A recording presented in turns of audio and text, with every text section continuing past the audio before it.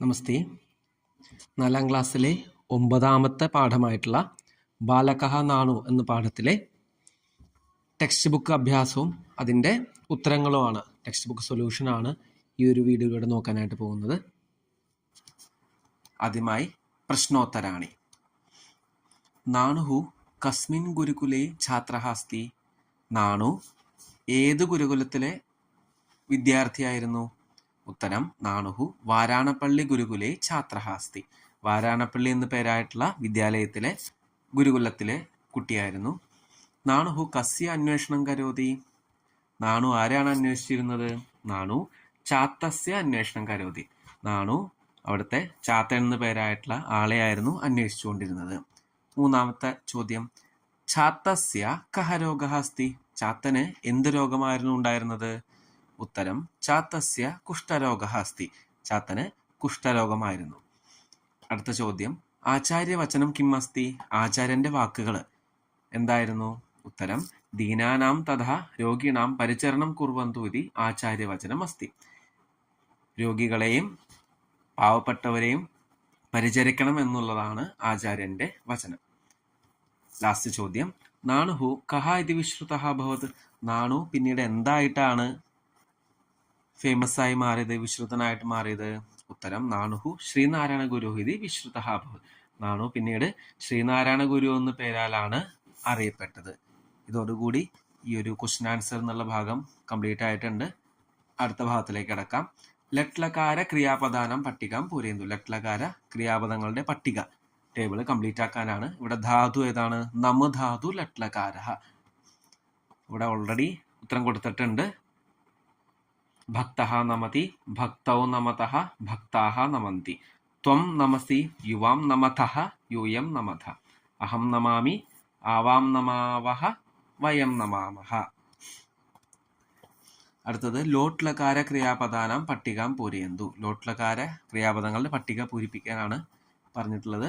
ജബ് ധാതു, ജബ് എന്നുള്ള ധാതുവിന്റെ രൂപങ്ങളാണ് ഇവിടെ. ഭക്തഃ ജപതു, ഭക്തൗ ജപതാം, ഭക്താഃ ജപന്തു. ത്വം ജപ, യുവാം ജപതം, യൂയം ജപത.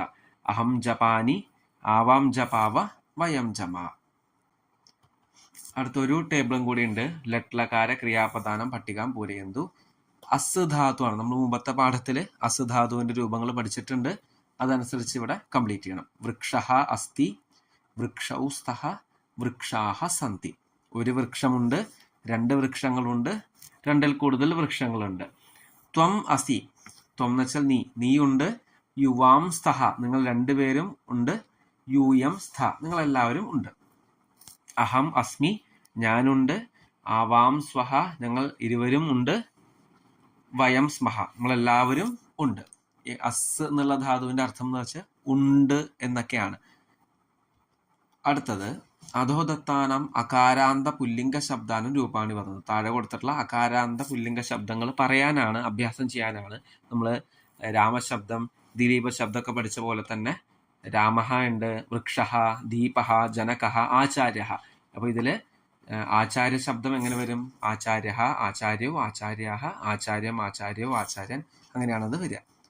രണ്ടാമത്തത് അധോദത്താനം അകാരാന്ത നപുംസകലിംഗ ശബ്ദാനും രൂപാണി വന്നു. നപുംസകലിംഗ പദങ്ങളാണ് ഇവിടെ പറയേണ്ടത്.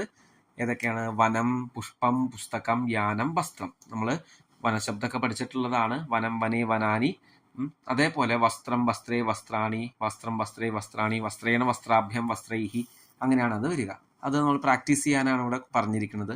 മൂന്നാമത്തത് അധോദത്താനം ആകാരാന്ത സ്ത്രീലിംഗ ശബ്ദാനം രൂപാണി വന്നു. സ്ത്രീലിംഗ ശബ്ദങ്ങളാണ്. നമ്മൾ മുമ്പ് ഗംഗാ ശബ്ദം പഠിച്ചിട്ടുണ്ട്. അതേപോലെ രമാശബ്ദം, ഗംഗ, സുതാ ശബ്ദം, മാലാ ശബ്ദം, നൗകാ ശബ്ദം.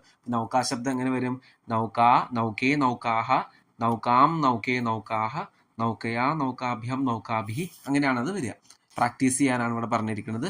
അതിന്റെ കുറച്ച് ഉദാഹരണങ്ങൾ ഇവിടെ കൊടുത്തിട്ടുണ്ട്. അടുത്തതിലേക്ക് പോകാം. യഥോചിതം യോജിത. മാച്ച് ദ ഫോളോയിങ് ആണ്. ഭവാൻ കൃപയാ ഏതത് സ്വീകരോതു. സർവദാ സത്യം വദതു. സർവേ സുഖിനഃ ഭവന്തു. സദാ സർവേഷാം സഹായം ആചരതു. കിം അഹമപി ആഗച്ഛാനി. ലാസ്റ്റത്തെ മാത്രം ക്വസ്റ്റ്യൻ ആണ്. അപ്പൊ ആ ക്വസ്റ്റ്യന്റെ ഉത്തരം നമുക്ക് ഓൾറെഡി അറിയാം. മേ ഐ ഓൾസോ കം എന്നുള്ളതാണ് ക്വസ്റ്റ്യൻ. ഒന്നാമത്തെ നോക്കാം. ഭവാൻ കൃപയാ ഏതത് സ്വീകരോതു. ഏതാണ് ഉത്തരം വരിക? യു പ്ലീസ് റിസീവ് ദിസ്, നിങ്ങൾ ഇത് ദയവ് ചെയ്ത് സ്വീകരിക്കൂ. സർവദാ സത്യം വദതു, അതായത് എല്ലായ്പ്പോഴും സത്യം മാത്രമേ പറയാൻ പാടുള്ളൂ എന്നാണ് പറയുന്നത്.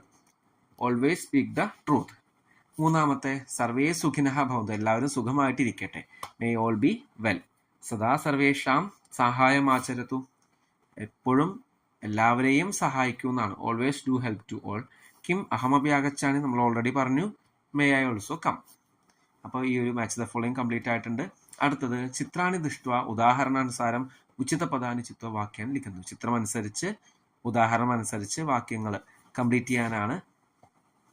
കുറച്ച് വാക്കുകൾ ഇവിടെ കൊടുത്തിട്ടുണ്ട്. ധാവതി, വ്യജനം, ലിഖതി, മയൂരഃ, നൃത്യതി, മഹിളായാനം, ചലതി, പിബതി, ശുനകഃ, ഗച്ഛതി, ഛാത്ര. അപ്പോൾ ഒന്നാമത്തെ എങ്ങനെയാണ്? ഏഷഃ കഃ അസ്തി, ഇവൻ ആരാണ്? ഏഷഃ ഗജഃ അസ്തി, ആനയാണ് അല്ലെ. ഗജഃ അസ്തി, ഇവൻ ആരാണ്? ഏഷഃ ഗജഃ. ഏഷഃ കിം കരോതി, ഇവൻ എന്താ ചെയ്യുന്നത്? ഏഷഃ ഖാദതി, കഴിക്കുന്നു. അടുത്തത് ഏഷഃ കഃ അസ്തി, ഇവൻ ആരാണ്? ഏഷഃ ശുനകഃ അസ്തി, ശുനകഃ പട്ടിക്കുട്ടി. ഏഷഃ കിം കരോതി, ഇവൻ എന്താ ചെയ്യുന്നത്? കരോതി എന്ന് വെച്ചാൽ ചെയ്യുക. ഏഷഃ ധാവതി, ഇവൻ ഓടുകയാണ് ചെയ്യുന്നത്. അടുത്തത് ഏഷഃ കഃ അസ്തി, ഏഷഃ മയൂരഃ അസ്തി, മയൂരഃ മയില്, പീകോക്ക്. ഏഷഃ കിം കരോതി, എന്താ ചെയ്യുന്നത്? ഏഷഃ നൃത്യതി, ഡാൻസ് ചെയ്യുന്നു. അപ്പൊ ഇതുവരെ പറഞ്ഞത് നമ്മള് പുല്ലിംഗ ശബ്ദമാണ്. ഏഷഃ കഹ എന്നുള്ളതൊക്കെ പുല്ലിംഗം. ഇനി അടുത്ത സ്ത്രീലിംഗം. ഏഷാ കാ അസ്തി, ഏഷാ ഗായിക അസ്തി. അപ്പൊ ഏഷഃ എന്നുള്ളത് ഇവിടെ എന്തായി? ഏഷാ എന്നായി. മയൂരഃ ഗജഃ എന്ന് പറഞ്ഞ പോലെ ഇവിടെ എന്താ? ഗായിക. അതാണ് വ്യത്യാസം. ഏഷാ കിം കരോതി, ഏഷാ ഗായതി, പാടുന്നു. അടുത്തത് ഏഷാ കാ അസ്തി, ഇവൾ ആരാണ്? ഏഷാ ഛാത്ര അസ്തി, ഇവള് ഒരു വിദ്യാർത്ഥിനിയാണ്. ഏഷാ കിം കരോതി, എന്താ ചെയ്യുന്നത്? ഏഷാ ലിഖതി. അടുത്തത് ഏഷാ കാ അസ്തി, ഏഷാ മഹിള അസ്തി, ഒരു മഹിളയാണ്. ഏഷാ കിം കരോതി, ഏഷാ പിബതി, കുടിക്കുന്നു. ഇപ്പോൾ നമ്മൾ ഇനി പറയാൻ പോകുന്നത് നപുംസക പദങ്ങളാണ്. ഏതത് കിം അസ്തി, ഏതത് പുഷ്പം അസ്തി, പുഷ്പമാണത്. ഏതത് കിം കരോതി, ഏതത് വികസതി. ഇവിടെ ഏതത് എന്നുള്ള ശബ്ദം കൊണ്ട് ഉദ്ദേശിക്കുന്നത് ഇത് എന്നാണ്, ദിസ്. അടുത്തത് ഏതത് കിം അസ്തി, ഇതെന്താണ്? ഏതത് വ്യജനം അസ്തി. ഏതത് കിം കരോതി, ഇതെന്താ ചെയ്യുന്നത്? ഏതത് ചലതി. അടുത്തത് ഏതത് കിം അസ്തി, ഏതത് യാനം, യാനം എന്ന് വെച്ചാൽ ബസ്, ബസ്സാണ്. ഏതത് കിം കരോതി, എന്താ ചെയ്യുന്നത്? ഏതത് ഗച്ഛതി, പോകുന്നു. ഗച്ഛ എന്ന് വെച്ചാൽ പോകുന്നു. അപ്പോൾ ഇത്രയാണ് ഈ പാഠത്തിലുള്ളത്. ധന്യവാദാഹ.